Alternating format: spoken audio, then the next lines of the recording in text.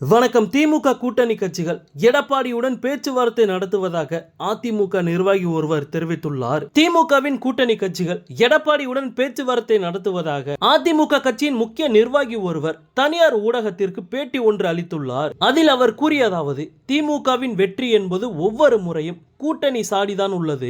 ஆனால் ஒருபோதும் அதிமுக அப்படி கிடையாது. தனித்து ஆட்சி அமைத்த வரலாறெல்லாம் உள்ளது. வரப்போகும் சட்டமன்ற தேர்தலில் மக்கள் மற்றும் தொண்டர்கள் எதிர்பார்த்த கூட்டணியானது அமையும் என்று தலைவர் உறுதி அளித்துள்ளார். திமுக பெயருக்கு தான் கூட்டணி கட்சிகளுக்கு மரியாதை அளிப்பது போல் காட்டுகிறது. ஆனால் அதிமுக இவ்வாறு கூட்டணி என்ற அடையாளத்தையே முடித்து கட்டும் அளவிற்கு எந்த ஒரு செயலையும் செய்யாது. மேலும் ஒவ்வொரு கட்சியும் அதன் நோக்கத்தை செயல்படுத்த வேண்டும் என்றால் கட்டாயம் அதிமுகவுடன் இணைய வேண்டும். அதற்கேற்றார் போல் கூட்டணி கட்சிகளுக்கு தனிப்பட்ட மரியாதை என்பது கிடைக்கும். அது என்றும் மாறாது.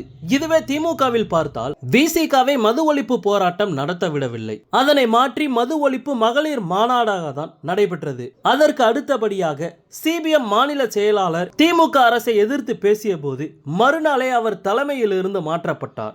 இதேபோல் திமுக தன் கூட்டணி கட்சிகளுக்கு கொடுக்கும் அழுத்தம் ஏராளம். தேர்தல் வரும்போது மட்டும் ஒவ்வொரு கூட்டணி கட்சிகளுக்கு இடையே திமுக தீவிர பேச்சுவார்த்தையில் ஈடுபடும். அதன் பின் அதனை அப்படியே விட்டு விடுகின்றனர். ஆனால் அதிமுக தலைவர் எடப்பாடி பழனிசாமி தற்போதில் இருந்து திமுக கூட்டணியில் இருக்கும் கட்சிகளுடன் பேச்சுவார்த்தை செய்து கொண்டுதான் வருகிறார். கட்டாயம் சட்டமன்ற தேர்தலில் எந்தெந்த கட்சிகள் அதிமுகவுடன் கூட்டணி வைக்கும் என்பது குறித்து விவரிப்பார். எனவே 2026 சட்டமன்ற தேர்தல் திமுகவிற்கு மிகப்பெரிய சவாலாக அமையப் போவது உறுதியாகி உள்ளது.